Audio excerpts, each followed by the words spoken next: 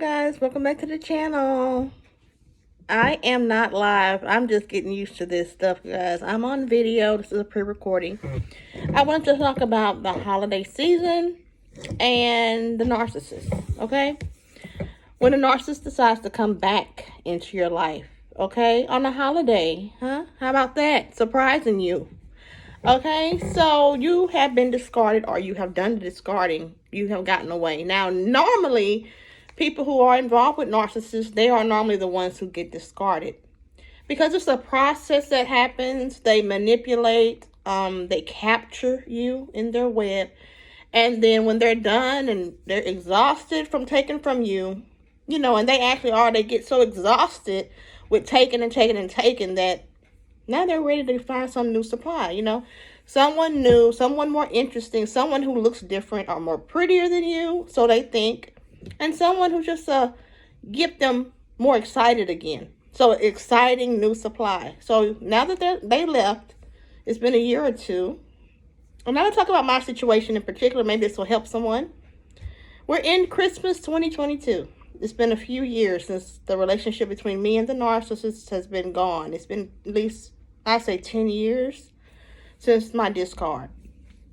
And that discard was pretty tragic for me because my background is respiratory therapy. I used to work at the hospital in Houston. I was an ICU therapist. I was making pretty good money, if you can imagine. So the narcissist was pretty happy with the supply he had in me because I was in love with him.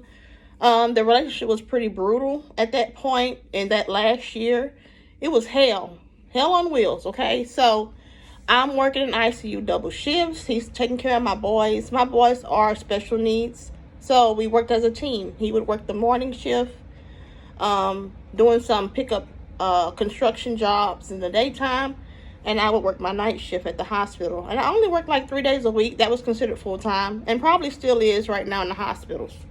So 36 hours a week was full-time. So I had a good job with benefits. I had it going on. I had a house in Houston on the suburb. It was a nice neighborhood. We had good neighbors. And he loved the neighbors.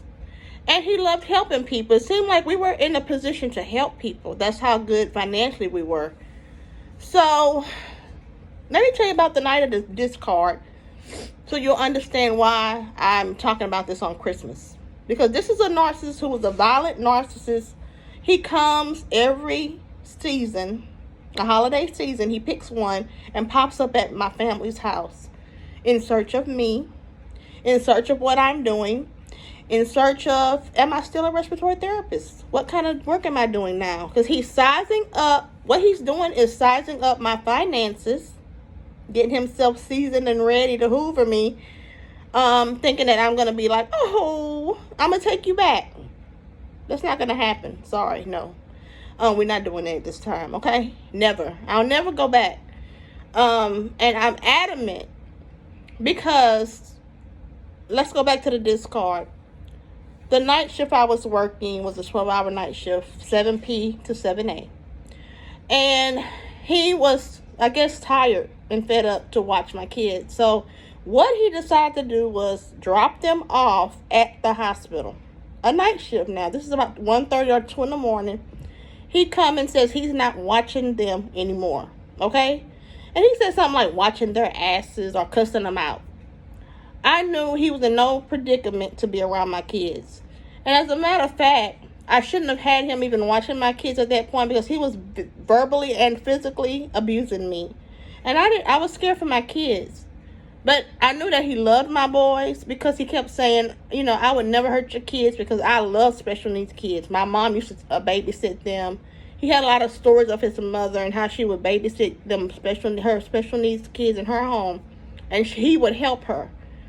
Now, he didn't tell me a lot of the trauma in his life, but he did let me know a lot about his mother and their relationship, which was very volatile. So keep that in mind.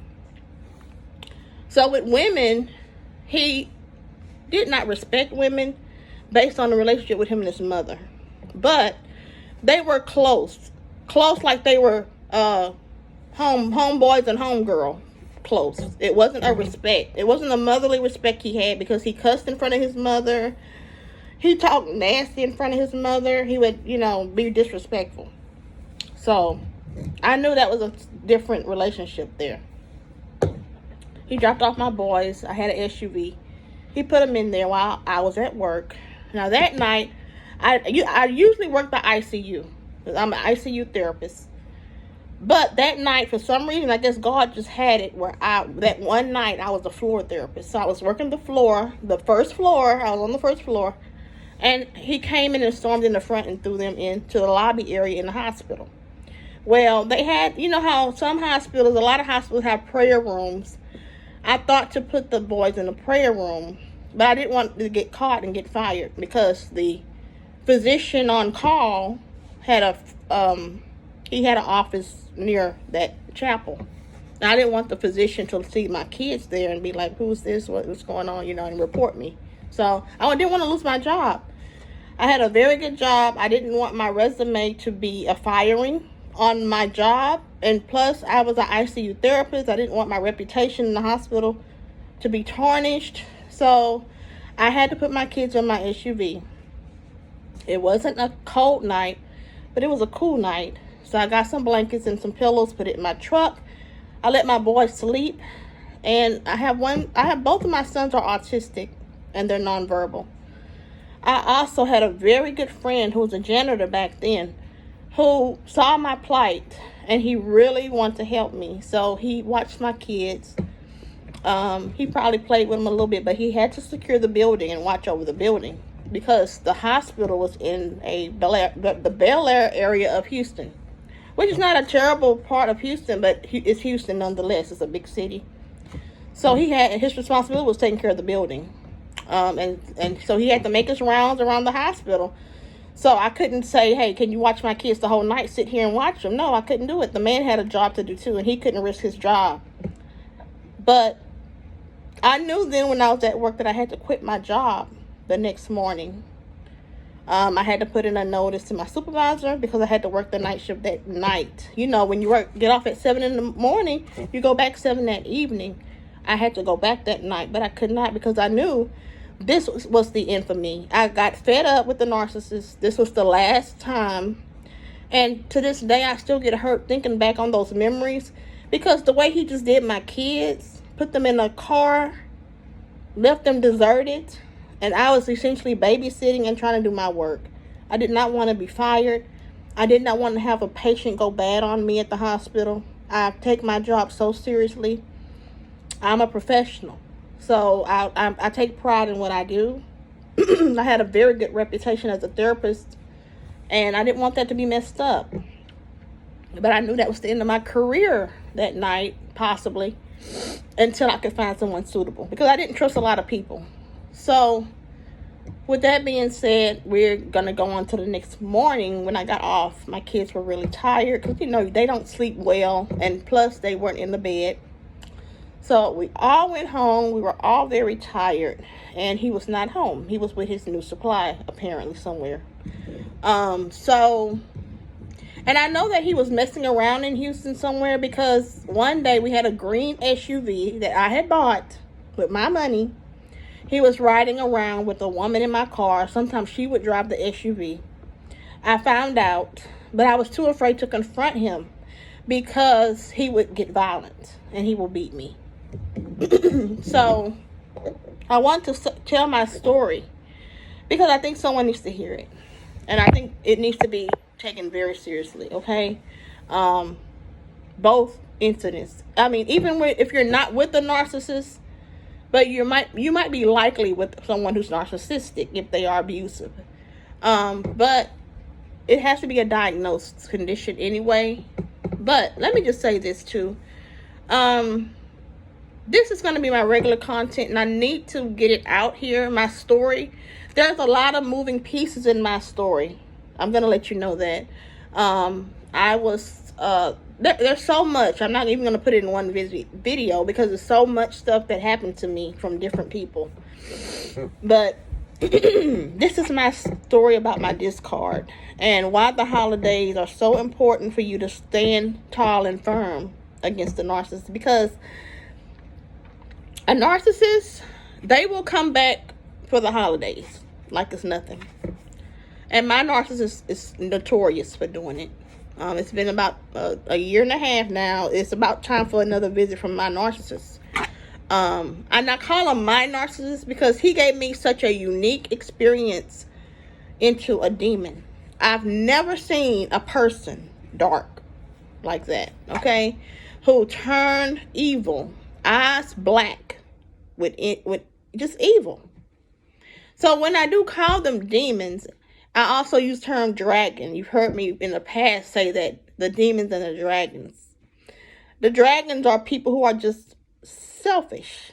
You know, they're selfish. They move along life worrying about themselves. And if you try to call them out on something that they did wrong to you, they're going to blow their hot air at you. They're going to blow the fire at you. Okay? They're going to burn you and hurt your feelings, and then they're going to move on. But a demon, the demon is going to ruin your life. And the bad part about that is that they come back to ruin your life some more. Because they can't get enough. It's a supply that they have to have this done. They have to have it done. That's what makes this so catastrophic. When you suffer from narcissistic abuse and you're recovering, it takes a long time. Because by the time I got home that morning with my sons, I was mentally and physically, emotionally exhausted, spent. I had nothing left. I was so tired. I had to carry out my shift, worrying, the stress, the psychological stress of my kids' safety, worrying about my job, all in one night, all in a few hours. And he did it perfectly.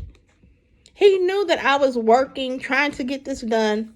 And he knew I had other things, other agendas that was going to focus on me. Because I had done everything for him. He had a twit. He wanted to work in a refinery. So I helped him get a twit card to work in a refinery. I had him all set up. And then when I started looking at myself, I wanted to pay off my truck that I had lost because I lost my job. I ended up getting my truck repoed. I didn't have a vehicle then. So I had to move back to my hometown in shame with my family looking on. And I had to build myself back better. And that's what I did. You have to. What choice do you have? Your kids need you. My kids, they've been through a lot. If they could tell their story with the narcissist, they probably would tell it. And I prayed to God that they did not get harmed while I was at work. I carry that burden. So this is why I'm going to make my channel geared toward fighting narcissistic personalities and people with that disorder. It changes your life. It devastates your life. And they perfectly want to come back like nothing ever happens. And I say this is geared toward Christmas time because Christmas is the time where everybody gets together. You see old friends anew. They come back and come visit. You never know when that visit's going to come from the narcissist. Because mine pops up periodically to assess the situation. He think we're still friends. After all that, he think we're friends. That's what he think. He think I like him after he did that to me. But after he did it, we still maintain communication because he had such a lock on my brain. I think I was just afraid to tell him no for the final time. But emotionally, when that happened, I emotionally detached myself. But I was still around him, putting up with a lot of the stuff that he had to still give me. But because you can't just leave an abusive relationship that easily. There's been another instance with another person that ended me in ICU fighting for my life. So believe me, I have a story to tell. A few. Okay, so I'll tell my story, the lessons I've learned, and hopefully someone hears it and it helps. We're going into a new year. There's no need to keep up with people who are abusing you. to put up with it, to settle with it.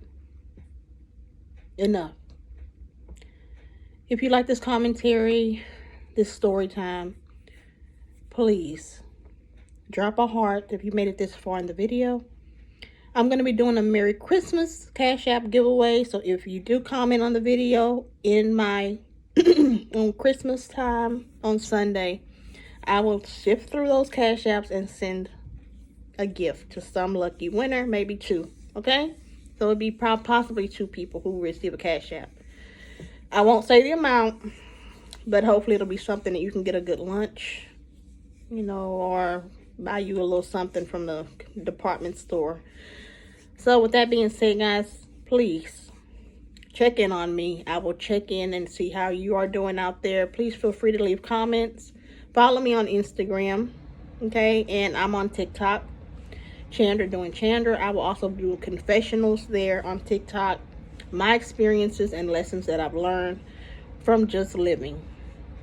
Okay? Yeah, have a good one. Bye.